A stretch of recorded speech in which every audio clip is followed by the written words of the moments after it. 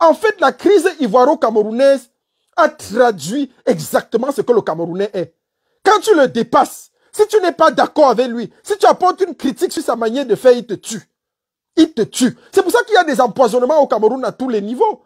Dès que tu dépasses quelqu'un, il te tue. Il ne veut pas voir que tu le dépasses. Comme la Côte d'Ivoire nous dépasse, on veut les tuer à tout prix. Il y a quel président qui a fait 40 ans en Côte d'Ivoire dans les dernières décennies? Vous parlez quoi? Il y a quel président qui a fait 40 ans? C'est pas en Côte d'Ivoire qu'on partit vous faire soigner. Les professeurs du Cameroun sortent de l'école normale. Ce n'est pas en Côte d'Ivoire qu'ils partent travailler, abandonnant la fonction publique camerounaise. Vous croyez que c'est quoi? Un professeur d'université en Côte d'Ivoire touche combien? 1 300 000 francs de salaire par mois. Au Cameroun, c'est combien? 300 000, 250 000, parfois 195 000. Vous prenez les gens pourquoi? Vous parlez, il y a match. Il y a match. Un professeur de lycée touche combien au Cameroun? 150 000. En Côte d'Ivoire, combien? 700 000. Vous parlez quoi? Vous parlez quoi? Vous croyez qu'on va parler? Il faut arrêter la sorcellerie. Hein. Donc je dis au peuple ivoirien, on n'a pas d'excuses ici à demander peuple ivoirien. C'est que ce n'est pas des Camerounais qui vous ont insulté. Comprenez ça simplement. C'est des gens à la solde d'un régime qui est mourant. Qui est mourant à l'image de ses dirigeants. Des gens qui nous gouvernent avec plus de 90 ans, qui ne sont plus capables de voir, ni de manger, ni de parler, ni de rien faire, mais qui sont en train de s'accrocher coûte que coûte sur un pouvoir piétinant, moribond et mourant. C'est de ça qu'il est question. Et je vais le dire ici, ne soyez pas surpris. Je le dis encore, ne soyez pas surpris. À la lui où vont les choses, que le Cameroun, malgré son football nauséabond et son football alléchant et palpitant, c'est-à-dire hésitant, gagne la Coupe d'Afrique des Nations. La Coupe d'Afrique des Nations, ça va être la Coupe d'Afrique des sacrifices. Cette CAN Total Énergie 2021. C'est la Coupe d'Afrique des sacrifices. Et c'est que ça relève et ça révèle le côté salé de la CAN. Nous l'avons dit. Que la cérémonie d'ouverture jolie que vous avez vue, c'était la face. Ce n'était que la partie jolie du diable. C'était le côté bon du diable. Maintenant, il allait révéler au fur et à mesure son côté mauvais et méchant. Et tel qu'on les connaît, il n'y a jamais une Coupe d'Afrique des Nations où tout le monde se plaint. Dans les hôtels, les gens vont au stade, il n'y a pas de lumière pour s'entraîner. Dans les hôtels, partout, c'est la catastrophe générale. C'est l'hécatombe. C'est l'hécatombe. Les boîtes de nuit brûlent. Les sacrifices à tous les niveaux. Les gens se piétinent entre eux au stade. Les bébés sont sacrifiés. Les enfants sont sacrifiés. Partout, c'est la Coupe d'Afrique des sacrifices. Les sacrifices rituels. Et on l'avait dit que c'était pour la gloire personnelle d'un système, d'un homme. C'est tout.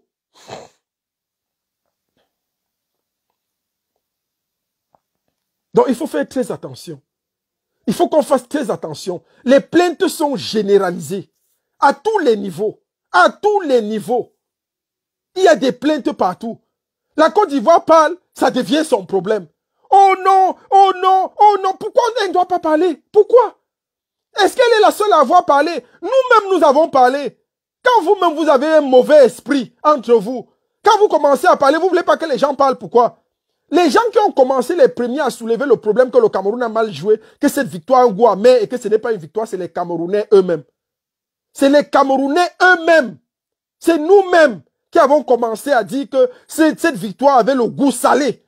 Ce n'était pas une victoire. Elle n'était rien. Et vous ne voulez pas que les autres en parlent? Mais les gens en parlent. Ce que vous avez commencé à dire, les gens disent tout haut. Et ça vous énerve. La Côte d'Ivoire n'a que dit ce qui se passait.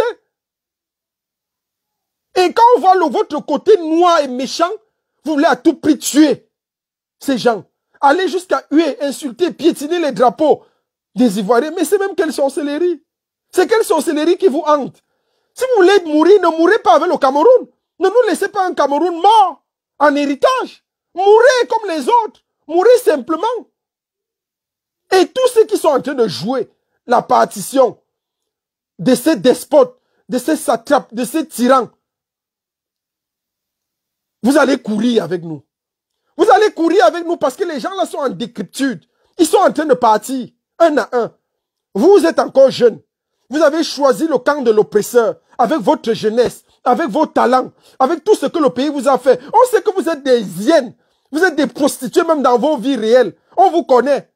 Il y en a parmi vous qui sont des vendeuses de piments, c'est dit diplômées. Elles ont le doctorat en vente de piments, mon frère. Placement universel. Placeuses, placement. Elles sont converties aujourd'hui dans les placements de produits. Mais elles ont placé les piments, placé tout depuis 16 ans. Elles placent, mon frère. Expert dans les placements. Expert dans la pimenterie. On vous connaît. On connaît, ça n'échappe à personne. Mais si vous choisissez le camp de nos bourreaux, soyez sûr que vous allez courir en diaspora avec nous. Vous allez courir en diaspora avec nous. Allez placer vos piments. Faites les choses quand on prend les avions, on vous amène pour aller vous pimenter quelque part. C'est votre problème. On ne peut pas vous avoir rien contre vous. Mais à partir du moment où vous choisissez le camp du bourreau, de l'oppresseur, sur nous, sur le peuple, vous allez courir avec nous. Vous allez courir avec nous. Finissez les 1 mois de bons et loyaux services où le piment va chauffer et comme c'est en train de chauffer tous les jours au Cameroun, vous vous faites écraser n'importe comment par n'importe qui. Ça, c'est votre problème, c'est votre piment. On n'en veut pas. Mais quand vous allez revenir ici, vous allez confirmer le code. On va courir ensemble. Dans les rues de Paris, dans les rues de Londres, dans les rues de Berlin, dans les rues de Milan, dans les rues de Bruxelles, nous allons courir ensemble. Et c'est là où vous allez vous réasseoir pour comprendre que les gens là ne vous aimaient pas. Ils vous ont instrumentalisé, ils vous ont utilisé. La Côte d'Ivoire est une très grande nation.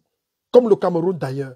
Nous sommes 2 nations frères, 2 nations amies, 2 nations frères. Nous avons des destins liés, des destins similaires.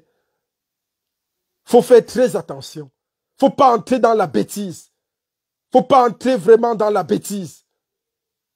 Nous sommes incapables, nous-mêmes, d'avoir un jugement critique, d'avoir un esprit de la pensée critique. Dès qu'on critique un peu quelque chose, on devient ennemi du Camerounais. C'est quel pays même qu'il ne faut pas critiquer? C'est quel pays qu'il ne faut pas lever le doute raisonnable? C'est quoi? Vous voulez quoi? Vous voulez le dogmatisme à outrance? Vous voulez que les gens acceptent, oui, oui, il est béni, oui, oui, oui, jusqu'à la gare? Personne ne doit être capable de dire, et si ce n'était pas vrai? Et s'ils avaient triché? Mais vous ne jouez pas bien. Voilà 2 générations sacrifiées comme ça. Sacrifiées totalement. Totalement. Je ne sais pas comment ce pays-là va faire. On a besoin, après la libération du Cameroun, on aura besoin d'exorciser, de psychanalyser 90% des Camerounais. Vous aurez besoin d'aller chez le psychanalyste, d'aller chez le psychologue. Le psychologue est même petit, le psychanalyste, parce que c'est grave. C'est grave. Les gens ont des problèmes, ils ne s'en rendent pas compte. Quand vous voyez des jeunes comme ça, parfois ils ne s'en rendent même pas compte. Ils ne savent pas ce qu'ils sont en train de faire. Ils sont utilisés sans même savoir qu'ils sont utilisés. Ils sont manipulés sans savoir qu'ils sont manipulés. Un pays où tu m'insultes, ça pèse plus que quand quelqu'un meurt à côté de moi. Un pays où la mort est devenue tellement commune, banale, que l'insulte pèse plus que la mort. Donc on insulte le Cameroun. C'est plus dangereux que les morts qu'il y a au Nozo tous les jours depuis 4 ans. C'est plus dangereux que l'armée camerounaise qui prend ses armes et va tuer sa propre population. C'est plus dangereux que les morts qu'il y a eu à la bousculade d'Olembe. Y a-t-il eu une bougie en mémoire des morts? Y a-t-il eu une minute de silence pour ceux-là qui ont donné leur vie en allant au stade supporter leur équipe? Y a-t-il eu une minute de silence? Ça, les blogueuses n'ont pas vu ça. Vous n'avez pas vu comment vous pouvez mettre en exergue ces morts. Vous n'avez pas vu comment vous pouvez mettre en exergue ceux-là qui ont donné leur vie au prix du Cameroun. Non, ça ne concerne pas le piment. Il n'y a rien à défendre là-bas, c'est les pauvres. C'est les classes moyennes, c'est les classes pauvres, c'est les prolétaires. Là où on a insulté le Cameroun et que vous pouvez mettre votre piment au devant de la scène pour aller défendre le Cameroun du piment, vous partez défendre. Vous partez défendre quoi? Vos planteurs. On a insulté qui? Ceux qui nous gouvernent, ce sont les qui? Ceux qui nous gouvernent, ce sont les qui? Ce sont vos planteurs. Donc c'est ça que vous partez défendre. Et vous dites que vous défendez le Cameroun. On a loucote. On a loucote. Je vous le dis encore, on a loucote. Ça va s'arrêter. Cette histoire-là, ça va véritablement s'arrêter. Ça va véritablement s'arrêter. Il faut arrêter ça très vite. Finissez de vendre le piment que vous vendez au 237 là. Finissez la pimenterie. Quand vous allez pimenter tout.